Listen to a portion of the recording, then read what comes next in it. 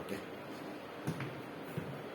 Okay, students. So today we are going to study what are the main basic concepts and basic formulas which are discussed in the chemistry. So first our side heading is indispensable basic concepts of chemistry. So in the indispensable basic concepts of chemistry, first I am going to define what is a chemistry.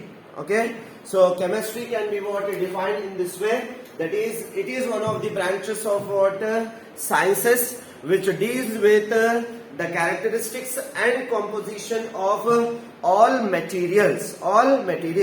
So today we are going to study how to write the symbol of different elements which are present in our periodic table, that is modern periodic table. Clear? So how to write the symbol of an element? Okay. So symbols of an element. Symbols of an element or elements oblique atom or atoms. Okay. So here the three important rules we are going to apply while writing the symbol for any element. So the first rule is symbols of some elements can be derived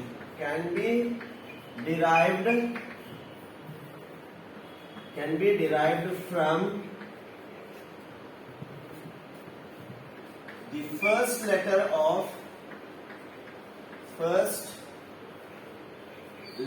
of some English names.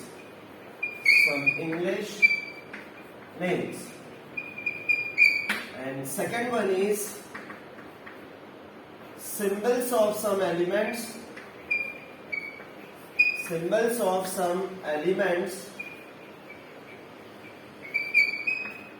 can be derived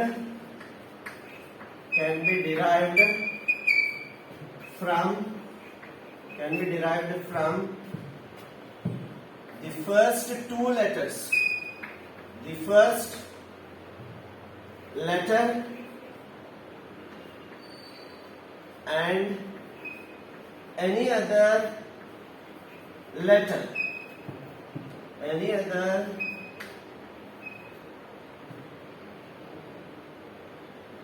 of some English names.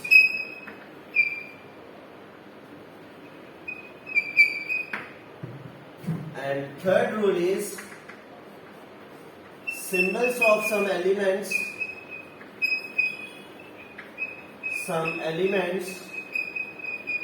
can be derived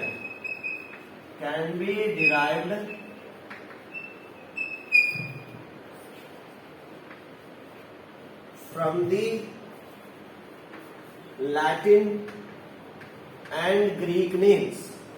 Latin and Greek names. Okay. So please listen carefully, students. So the symbol of the element can be designed or given based on these three rules. What are they?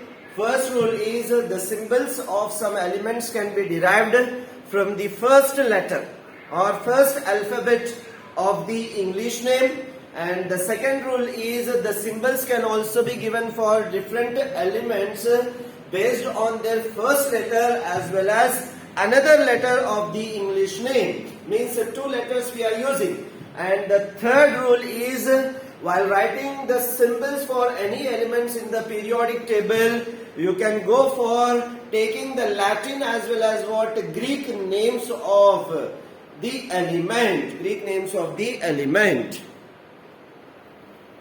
Now see. So based on those three rules, now I am going to write the symbol for any element. For example, I have taken element is carbon. Okay. So carbon, the first element is nothing but C. So its symbol is also equals to C. Clear? So this is our first rule. So what is our first rule? The symbols can be given or derived from for any element based on their first letter. based on their first letter. Okay, sulfur.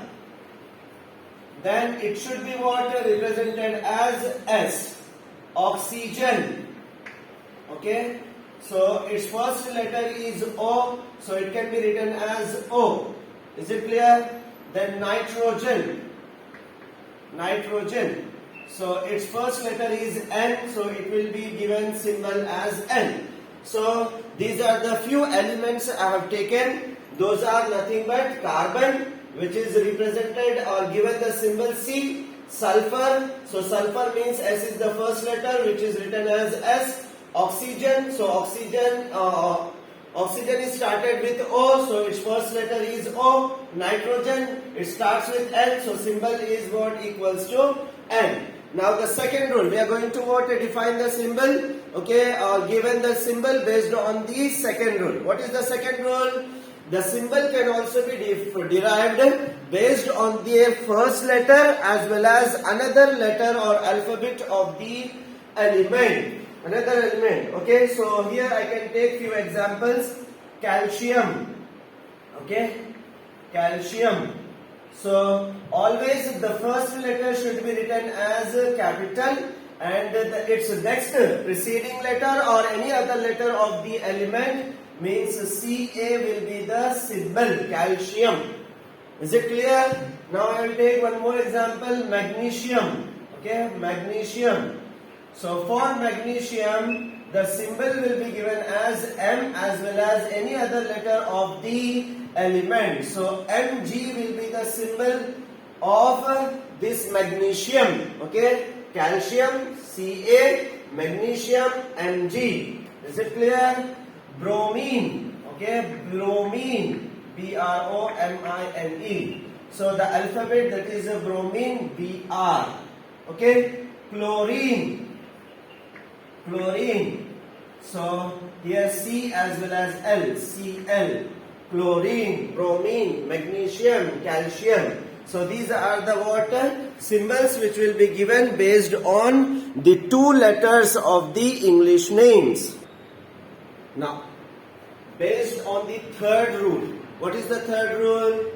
The name or symbol of the element can also be given based on their Greek and Latin names. Based on their Greek and Latin names. Now I am taking a few examples, okay, which are given their symbol based on their Greek and Latin names.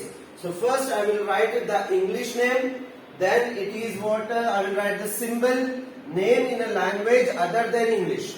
Name in a language other than English, and this is what from where that symbol is taken. Now see, the first example now I am going to write. The English name is antimony. Okay, antimony, and the symbol is SB. Okay. So how we have given the symbol SB? That is nothing but name in the language other than English. That is stibine. That is stibine. So in this S is also there, B is also there, and this is nothing but a Latin name. This is nothing but a Latin name. Is it clear? Now, silver. Next example is silver, and the symbol is Ag. So the name in another language, that is argentum.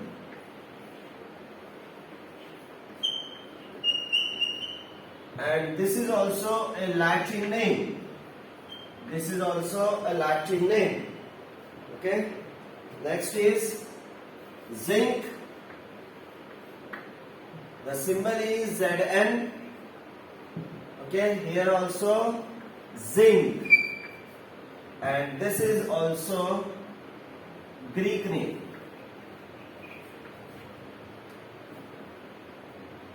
Okay. Now next is copper. Is an English name.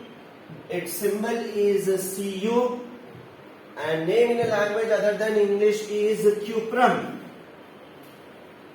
Cuprum. Okay, so this is a Latin language. Okay, now next. Gold, and the symbol is AU, and other language is Aurum. Aurum, and this is also taken from Latin name. Okay, so I hope students you have understood. So any symbol of the any element in the periodic table is purely based on these three rules. Okay, what? So the symbol can be given based on the first alphabet or letter of the English name. Second one, first letter or alphabet of the English name and its preceding other letter is also sometimes considered. And third rule is the symbol of the element can also be given based on their Latin as well as Greek terminology or Latin or Greek name. Now, so based on the symbol concept, now next concept is how to write the chemical formula of a compound. So if you are very much familiar or know what is the symbol of different elements, then only it is possible to write the chemical formula of any compound.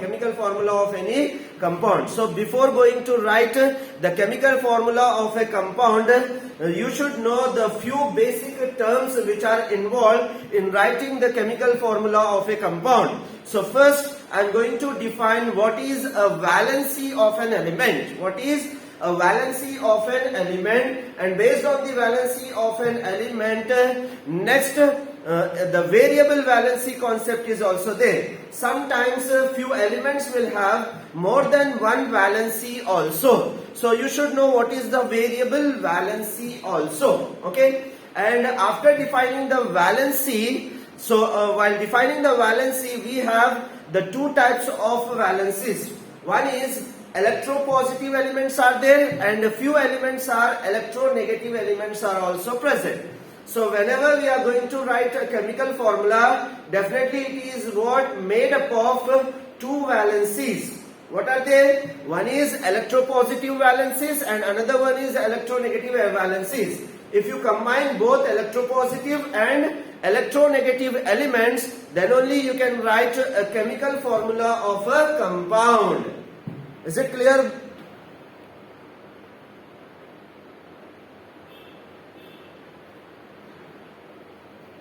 Now see, what is a valency? Valency is nothing but the combining capacity of an element is defined as a valency.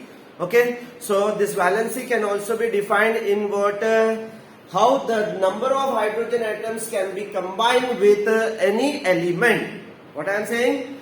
The number of hydrogen atoms can be combined with one element in order to form a compound. In order to form a compound that is known as valency of the element. Valency of the element. So based on the valency of the element, you can say that a few elements is having one valency, 2, 3, 4, etc. Based on their electronic configuration and how many electrons it is going to lose and gain the electron. Okay, if one electron is lost by an element, so it is called as monovalent.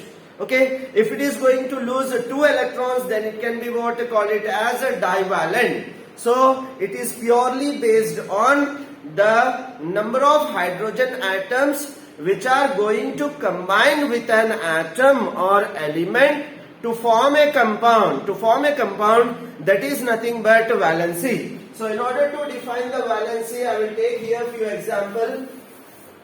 See, here I am taking methane, CH4. So what is the valency of the carbon here? The valency of carbon is equals to 4. Why it is equals to 4? The number of hydrogen atoms which are going to combine with an element. Combine with an element to form a compound or a molecule. That is nothing but what? Valency. One more example I am going to take here. One is ammonia. Clear? So in ammonia you see the valency. Okay.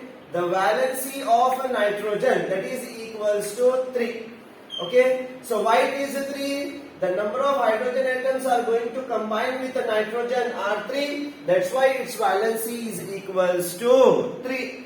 Okay, so water molecule I am taking, water. So the valency of oxygen,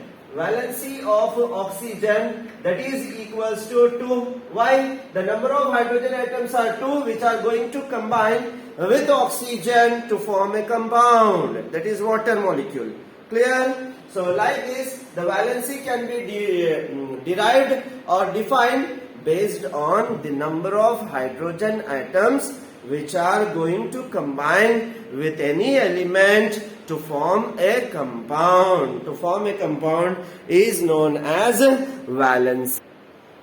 Now, so the modern definition of valency is nothing but here you see the number of electrons which are present in their valence shell, or the valence shell is nothing but the outermost shell. Okay, for example, now I will take one example here in order to explain the modern terminology of a valency. Sodium I am taking, sodium means Z is equals to 11, the atomic number is 11. Okay, and Na, why I am writing, it is based on the Greek as well as Latin name. Na means natrium. So natrium is the Latin name of the sodium. Sodium is the English name, natrium is other than English name, and that's why its symbol is Na. Now, if you write the electronic configuration, so neon and here 3s1. So neon is 10, 3s1 means total 11. So this 3s1 electron is nothing but the electron which is present in their valence shell. So based on this valence shell, what I can say here, the sodium atom will lose one electron to form sodium plus. Okay, it lose one electron to form sodium plus. Why it is losing? To get the most stable electronic configuration, that is known as octet configuration. So here what is our modern definition of the valency? The number of electrons in their valence shell, comma, which can take part in a chemical reaction or bond formation. That is known as valency. So already I told you that here few elements are having positive charge and few elements are having negative charge. Means few elements can be known as electropositive elements and few elements are known as electronegative elements. So by losing the electron, that particular element will get a positive charge. By gaining the electron, that particular element will get the negative charge. So here sodium is losing one electron to get the most stable electronic configuration, that is octet configuration. So I can say that the sodium valency will be 1. One more example now I am going to take oxygen, that is O, and its atomic number is equals to 8. So I will write the electronic configuration. See, 1s2 is nothing but helium, then 2s2 and 2p4. Now see, 2s2, 2p4 is nothing but its valence shell. Now what happened here in this valence shell? How many electrons it needs to get the stable octet configuration? 4 plus 2, 6 electrons are there. So it will gain 2 electrons. See, oxygen, it is gaining how many electrons? 2 electrons to get the octet configuration. So it will get O of minus 2 charge. So already I told you, based on their valency, okay, few elements can lose electron and few elements will gain electron. So O minus 2 in order to get the octet configuration. Octet configuration. Is it clear? So it is depend on the atomic number of that particular element. So finally I can say that sodium will lose 1 electron, oxygen will gain 2 electron to get the octet configuration, and valency can be what defined, and here the sodium is having valency 1, here the oxygen is having valency 2. So like this the elements can gain and lose electron. Okay, and two types of elements are present. One is electropositive element and another one is electronegative elements. Electropositive elements are also known as cations by losing the electron. Electronegative elements are getting by gaining the electrons, so they are also known as anions. Now the next concept is variable valency. What means of variable valency? So variable valency is nothing but a single element is having more than one valency. The best example I can take here, iron. So iron is the English name, okay, and its Latin name is ferrum. So Fe will be the symbol. So Fe can have a +2 oxidation state. Fe can have a +3 oxidation state also. Clear? So +2 as well as +3 means the two valencies can be exhibited by the same element. Okay? Or if more than one valency can be exhibited by any element, that is known as a variable valency. Is it clear? So aurum. So aurum is nothing but what? Gold. So aurus, that is Au of plus, auric, that is Au of +3. So like this, variable valency can also be exhibited by any element. So what is variable valency? An element which can have more than one valency, that is known as variable valency. Now I am going to give few examples. Now see. So variable valency concept I have given. So in that variable valency, now I can give to one or two examples so that it can be what understood clearly. Now Cu is having +1 charge, that is known as cuprous. That is known as cuprous. And Cu can also have the +2 oxidation state or valency, that is known as cupric. So the single element or the same element will have more than one oxidation state or more than one valency. That the concept is known as variable valency. Okay, one more, the best example I can give here, that is Sn of +2. Sn of +2, which is known as stannous. Which is known as stannous. Okay, and Sn of +3, which is known as stannic. Which is known as stannic. Okay, this stannous as well as stannic is also nothing but which is taken from the Greek name. Clear or not? Latin as well as what? Greek name. So stannous, wherever I am using us concept, that is nothing but lower valency or lower oxidation state of the element.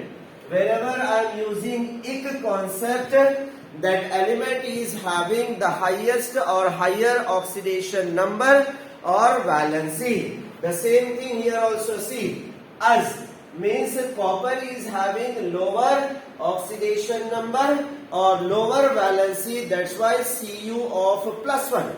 Okay, any element which is having the higher oxidation number or oxidation state, then it can be called it as ic, that is cupric. So it is having the valency of higher oxidation number. Now by using all those concepts, what is valency, okay, and in that valency also the number of electrons which are present in their valence shell, they take part in a chemical reaction. Based on that, I can say that few elements are electropositive and few elements are electronegative. So finally, I can define what is a radical. What is a radical?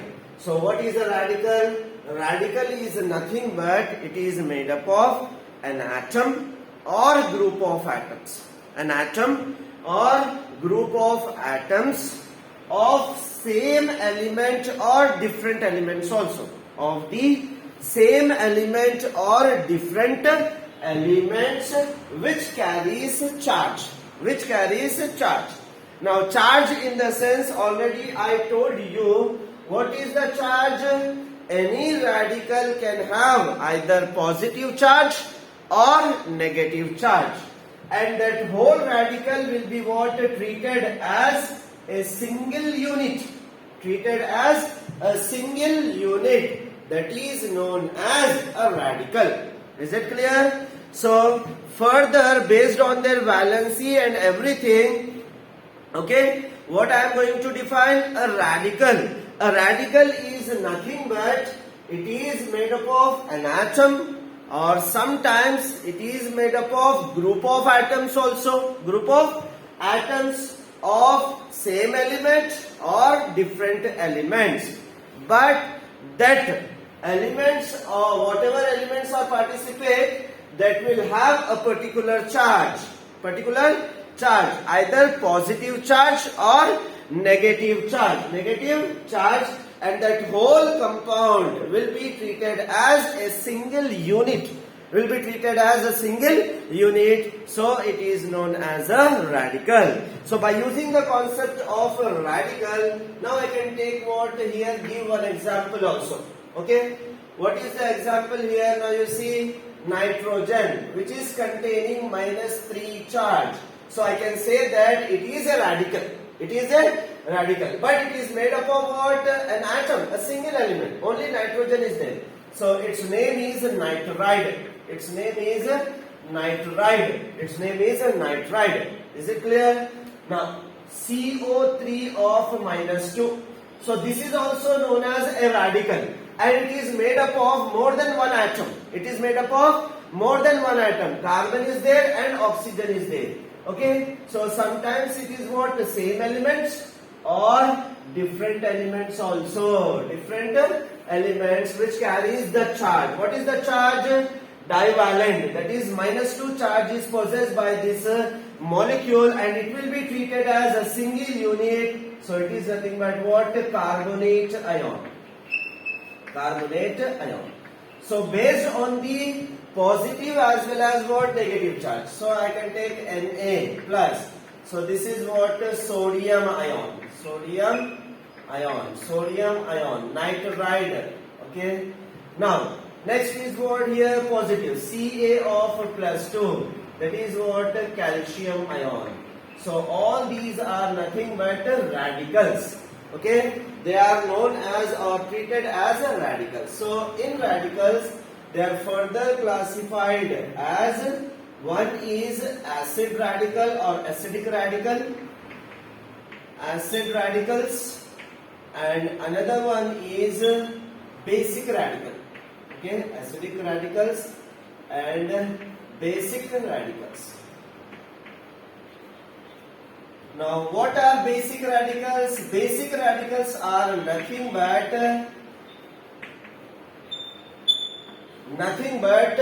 all the radicals which are having electropositive charge.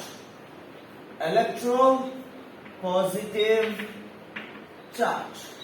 Electropositive charge is present. Okay. So all those radicals can be considered as basic radicals. Basic radicals. Now acidic radicals. So acidic radicals are nothing but they are electronegative charge. Means electronegative charge is present. Electronegative charge is present. If any negative charge is present on the radical, it can be considered as acidic radical. any electropositive charge is present on the radical, it can be known as a basic radical. Now, based on the definition, tell me what is the example comes under basic radical. So, basic radical is nothing but Na plus. So, Na plus is having a positive charge, so I can say it is a basic radical. Calcium plus 2, Ca of plus 2, that is called as again basic radical. Means finally I can conclude here that any radical which is having a positive charge or cation, it can be called it as a basic radical. Any element or group of elements which can have carbonate CO3 minus 2, sulfate SO4 minus 2. So wherever any radical which can have the negative charge, those are known as acidic radical and basic radical. I hope the concept is clear for everyone.